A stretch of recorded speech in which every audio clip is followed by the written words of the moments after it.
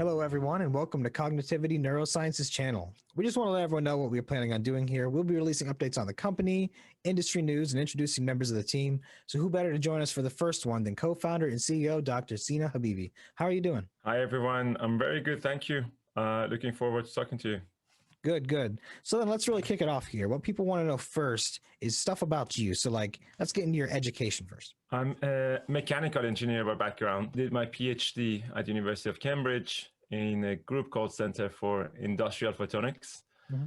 We were using very high precision lasers in order to make surfaces, something called biosurfaces, in applications such as synthetic biology, whereby you synthesize biology and try to communicate and use biology at the very, very small level, at the protein and cell level, in order for them to do stuff for us, which is quite exciting. It's a bit sci-fi, yeah. But probably in 10, 15 years, you will see a revolution coming at us through synthetic biology.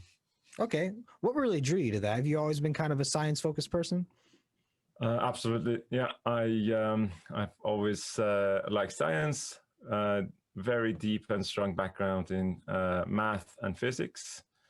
And engineering is the first entry for me to the world of technical education. But soon I realized that there's a lot of cool stuff in research, and that's why I did my PhD in one of the most state-of-the-art, if you like, disciplines. Get to play with some of the most advanced tools that you have in ultra-fast lasers, ion beams, etc., etc. So yeah, it's always fascinating to see, to look at science and particularly physics and math when they come together. Yeah, you're really on the cutting edge there. So then, from there, what kind of jobs did you get into? Did you transition into the business world right away? Oh no, I've done a lot of different things. I worked as a mechanical engineer before doing my PhD. I did a little bit of work in consultancy world, management consultancy, and funnily enough, when I was doing my PhD, I realized I'm not well placed for academia. I want to see a little bit of more fast-paced environment, a little bit of more rock and roll environment, if you like. Okay. So I started to take evening courses in our business school, Judge Business School in Cambridge. After a few months, I became an MBA teaching assistant.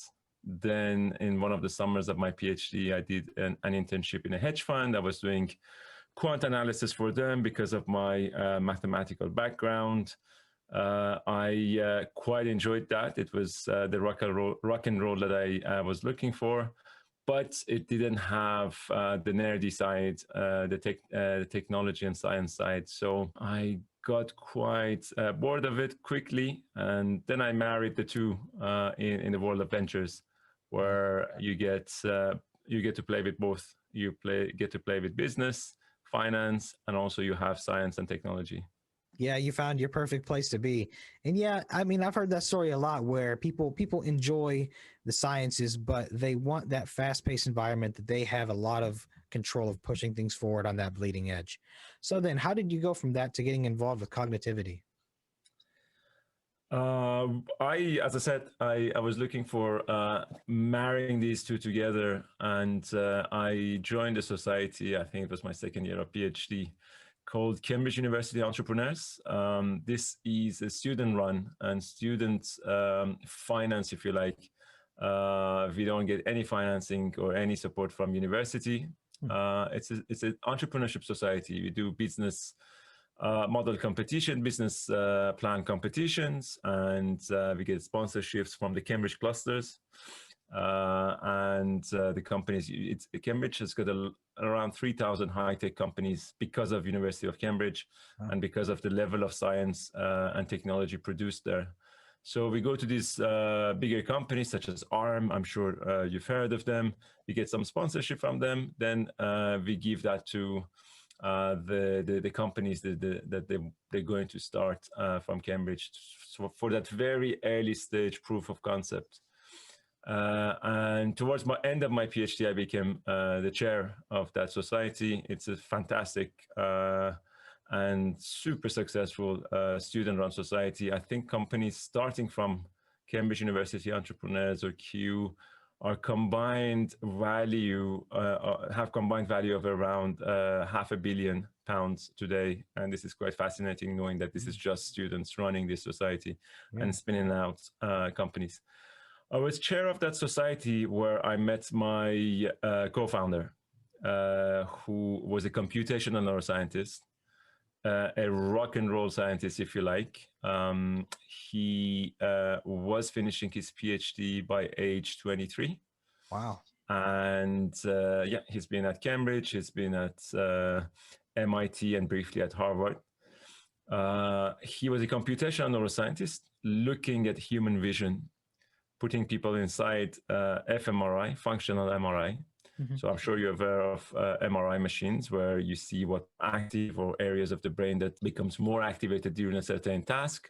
So he was putting people inside fMRI and map their brain and find out where, which parts are activated when they see things. When you look around yourself, your eyes work like a camera, and you keep taking pictures with those, and then your brain analyzes what's inside those images. He was looking at understanding the mechanism of perceiving images by the brain. That was where he realized the ability of the brain to do this reduces or drops in time as people get older. So it takes you longer time to understand what's inside an image comparing to a younger person. To give you an intuition, older people have to renew their driving license more often than younger people. The reason for this is not because of any hardcore science, it's pure statistics. They have become more risky drivers. The reason for this is their ability to see what happens around them and respond to it drops in time. Hence, they make mistakes and cause accidents. This is exactly the brain function that we've looked at. He brought that to me. He said, like, this is a very interesting observation. Do you think we can work on this and build a company? I told him, this is a very interesting observation. Let's look at different solutions. So basically, different problems that we can solve with this solution, if you like. So we wrote a very back of envelope code on MATLAB. We gave it to our own friends in Cambridge, and they were aged between 18 to 35. And we could see a beautiful correlation between their age and their score. And that was a point that we realized we've got something very special. We looked at other, basically, now we had a solution. we had to find a problem for it. And I'm sure you're familiar with dementia, having age as the major risk factor. People get older, they have high risk of having dementia. We put the two and two together and gathered that, okay, we can use the technology in order to detect dementia at early stage. What does your role look like now at the company on a day-to-day basis? A bit of everything and a bit of nothing, probably. I think the key role of a CEO, as much as I want to do the science and technical stuff, we have some super talented people on data side, on scientific neuroscience side, on the AI side, that are way more clever than me, way more technical than me. What I can do is first understand what they do. I can still be connected with day-to-day work that they do. And be part of that dialogue, hear what their goals are and what they're trying to achieve, and motivate them in order to get there. And also see that if those goals are in line with our mission and in overall vision of the company. So I think the role of a CEO over time becomes a motivator that first understand how you can motivate different types of personality. Not everyone is the same. True.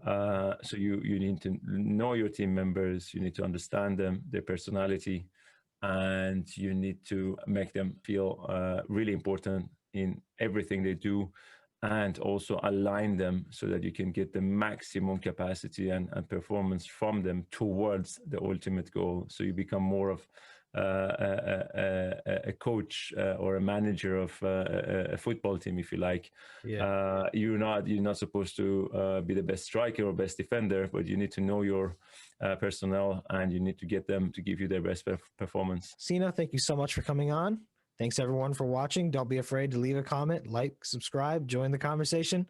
Have a wonderful day. Thank you very much for your time.